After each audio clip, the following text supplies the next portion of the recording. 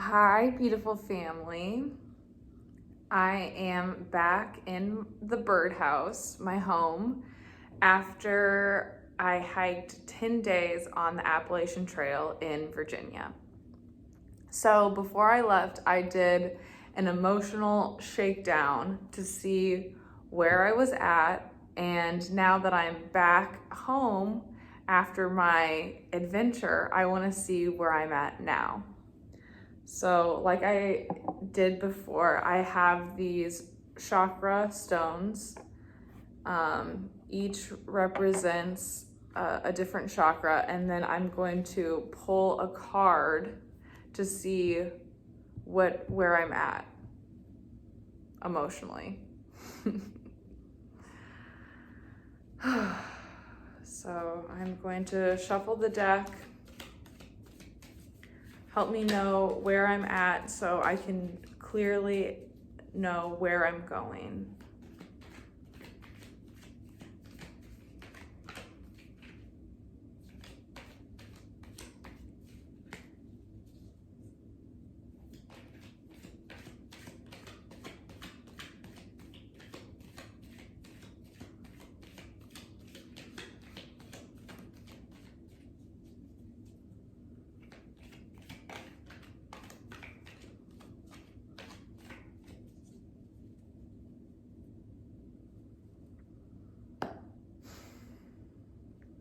Okay, so the first card that I'm going to pull is for my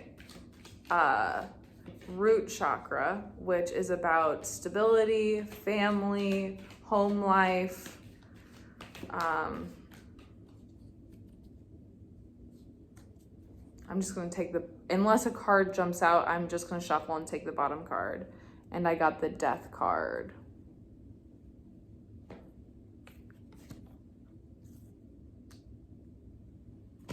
Okay.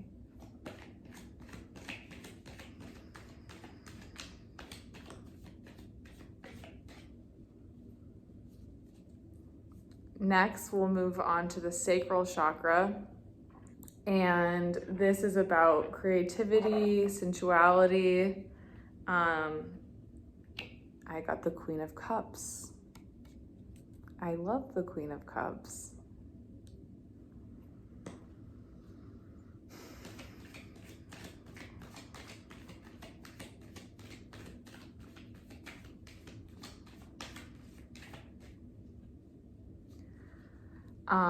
When I was shuffling, this popped out on the bottom of the deck, things that are hidden from me. That's how I read it. The bottom of the deck, I like to interpret as things that are hidden from you. But I didn't say it because I was like, let's just get to the reading. But now we're talking about the solar plexus. This is about personal power, confidence, and King of Wands. Not mad at it. Not mad at it. Okay, now the heart.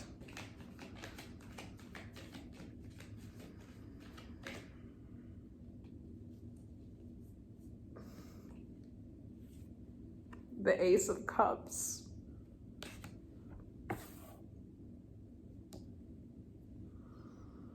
I'm really grateful for this reading so far.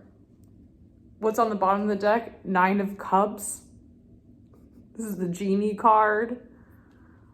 Strong, independent, abundant.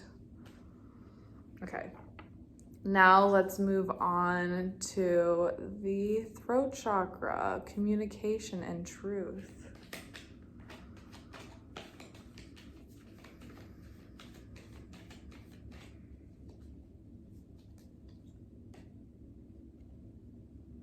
Nine of Swords. This is interesting because I did this exact same spread for one of my friends yesterday, and I'm pretty sure she got Nine of Swords for her throat chakra as well. So I wonder if I'm not speaking my truth. That's something to look into. All right, now we're gonna move on to the third eye.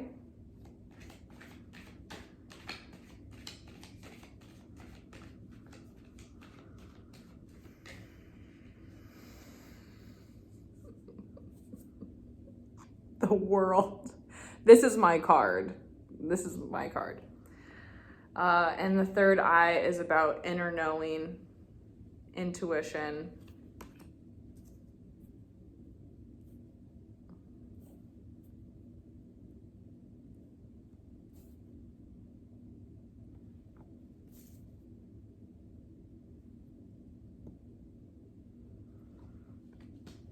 And then finally, the crown chakra. A card flipped over in the deck, so I'm gonna use it. The Seven of Wands. Interesting for my crown chakra. This is connection to source.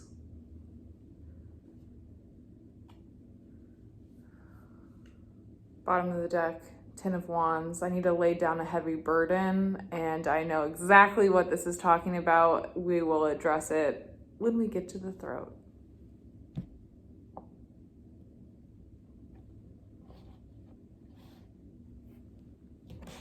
Okay, so let's start with the root chakra, which is the Death card.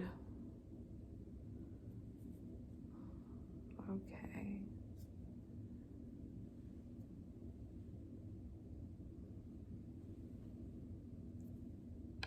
I'll show you the Death card.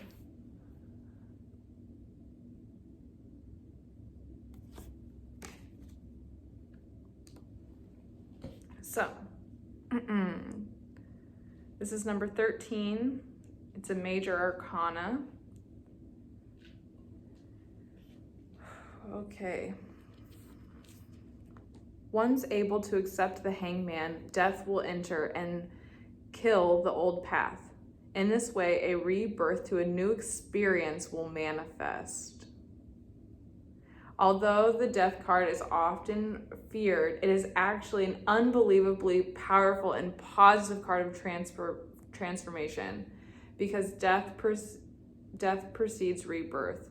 One must clear away the old to make way for the new. Although the Death card may be difficult to experience, it is cathartic.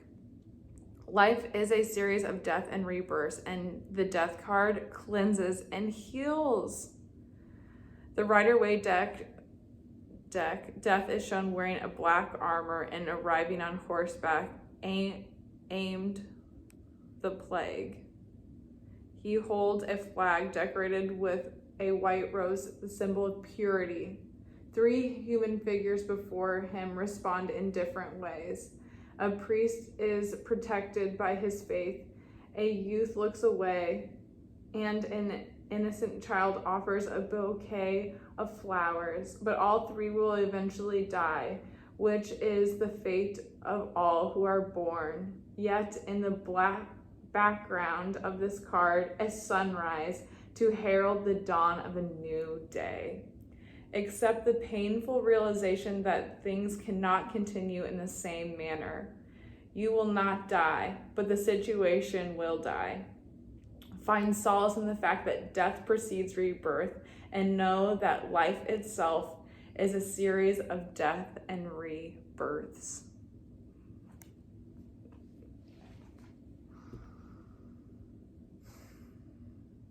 I love that for myself.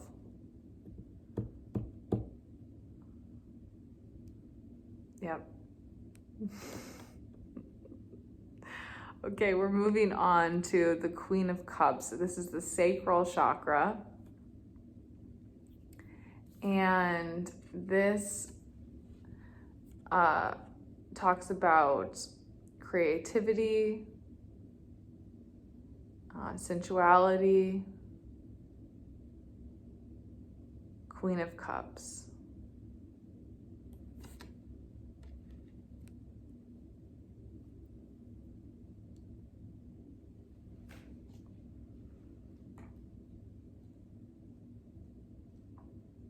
Okay. Cups are all about emotions, love,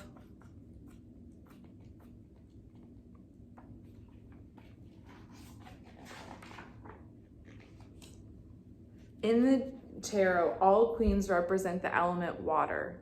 Therefore, the Queen of Cups is the most watery person in the tarot deck. She is an ancient symbol of feminine spiritual force, an omen to connect us to deeper levels of emotion and intuition. The Queen of Cups is dreamy, romantic, warm-hearted, fair, poetic, psychic, intuitive, and mystical. She makes a devoted wife, loving mother, and caring friend. The Queen of Cups is like a mermaid, studying the inner self reflected in her seashell mirror. Trust and follow your feelings. Feel the joy of giving and receiving. Be receptive to psychic impressions and dreams. This is a creative time to express inner feelings and unconscious urges, or to nurture oneself and others. Love, peace, happiness are indicated.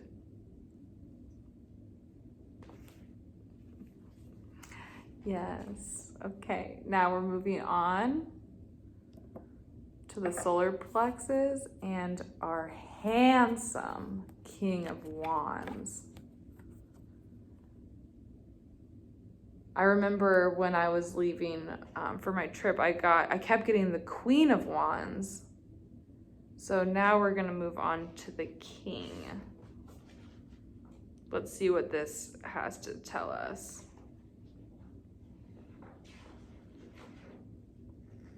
So, I'm just finding it. Here we go.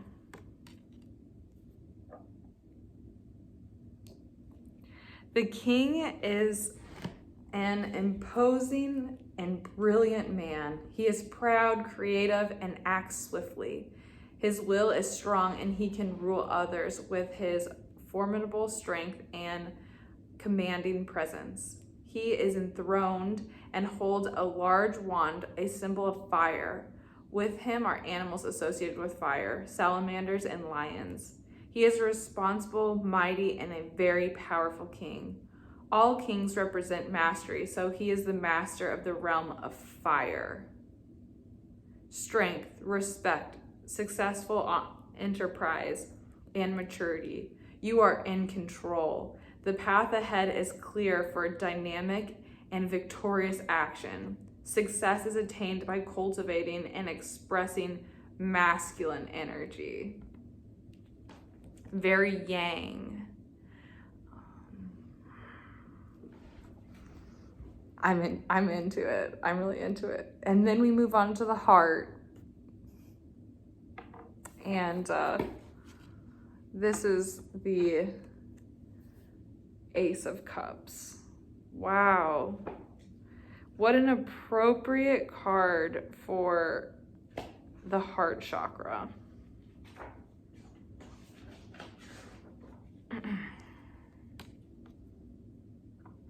The Ace of Cups is the first card in the realm of water. The Ace of Cups is the root of powers of water. It combines the quality of all three water signs, Pisces, Cancer, and Scorpio. The images on both the Rider-Waite and Crowley deck depict the Holy Grail, the womb of life. Both decks depict water lilies, a symbol of purity. The Rider-Waite deck shows the dove of the Holy Spirit with the communion wafer in its beak. The Ace of Cups is the chalice of ritual. This card indicates great abundance, fulfillment, fertility, beauty, and pleasure. It manifests as falling in love, feeling vast joy and happiness, or channeling spiritual guidance. In other words, your cup runneth over. A new beginning, an opportunity for love, emotional expression, inspiration, and spirituality. Goodness and purity are overflowing. I feel that. I feel it. I feel it. Now we're moving on to the throat. And this is the Nine of Swords. Oh, and swords are actually about communication too. So this is interesting. Like I always say, there are no positive or negative cards.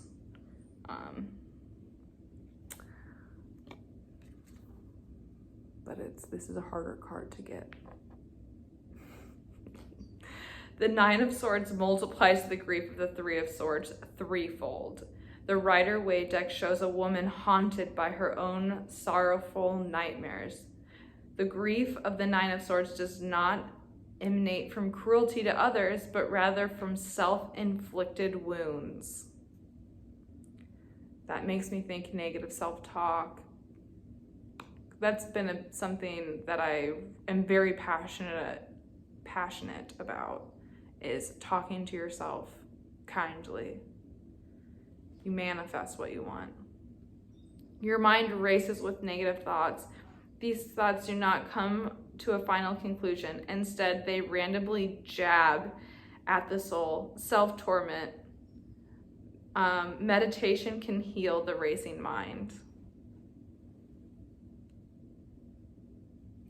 So, not mad at this either. I feel like something that I need to work on is speaking my truth and not tormenting myself, and what will be will be.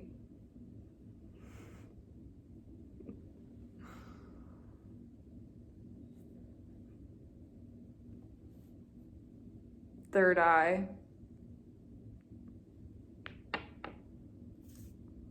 The World. This is a major arcana card. This is every tarot card is associated, every birthday, every day of the year is associated with a card, and May 21st is my birthday, and this is the card associated with May 21st. Number 21.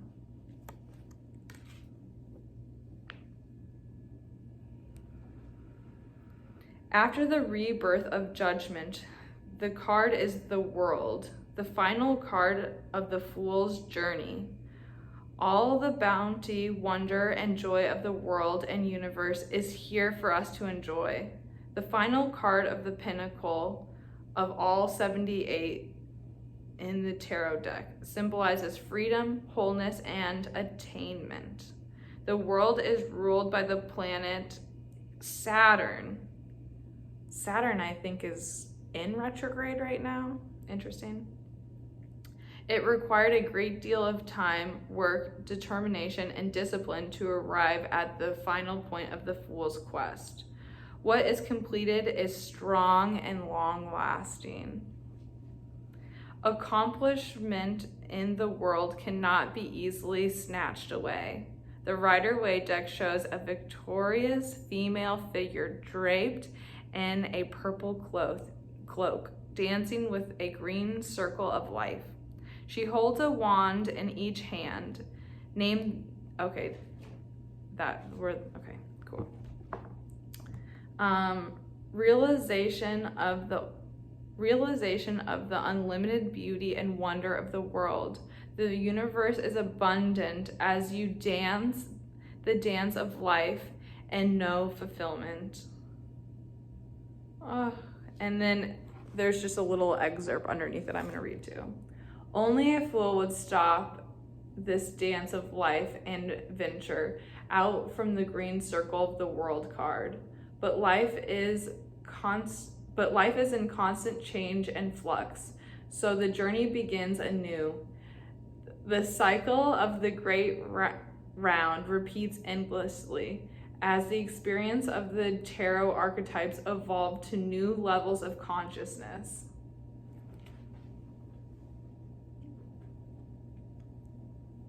You never stop ascending.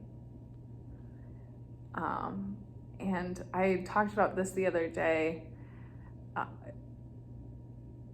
Climbing a mountain never gets easy, but you can learn to enjoy it. And working on your spirituality and learning and growing is never easy and it never stops, but you can enjoy it. And yeah, I think it said it here best, like it's a dance. Just enjoy the dance. Now we're gonna move on to the crown chakra. And this is an interesting card. I'm really excited to read about this. The Seven of Wands. Let's read about the Seven of Wands.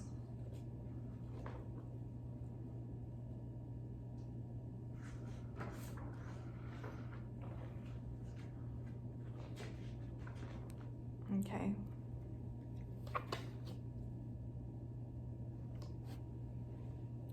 In numerology, 7 is a spiritual number, a number of questioning and seeking.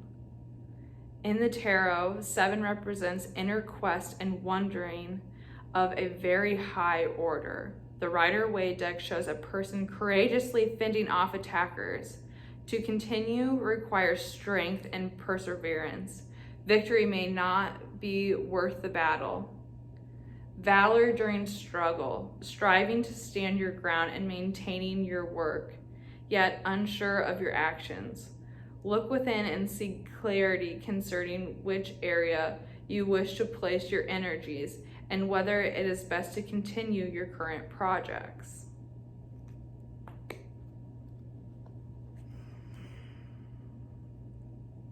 Thank you, cards. Thank you, source. Thank you, life. Thank you, friends and family.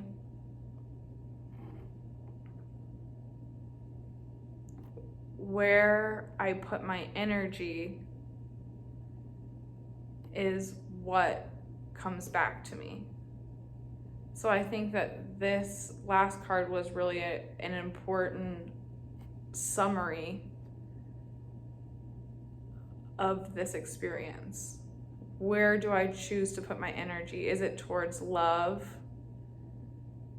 Is it towards creating the life that I want? Or is it negative self-talk and doubt and fear? Obviously, it's towards my wish fulfillment. And not being afraid to share that. Share my light with the world. Share my love with the world. And most importantly, sharing my love with myself. I think meditating is a really important part of my day that I need to continue to cultivate, because that's how I connect with source and my spirit guides and my highest potential. That's the direction that I'm moving towards.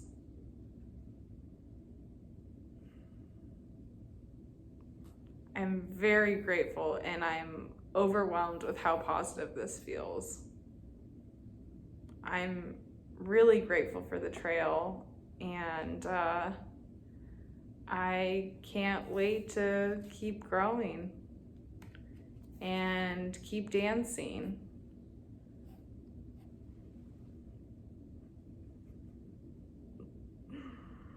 I love you so much, and I'll talk to you soon.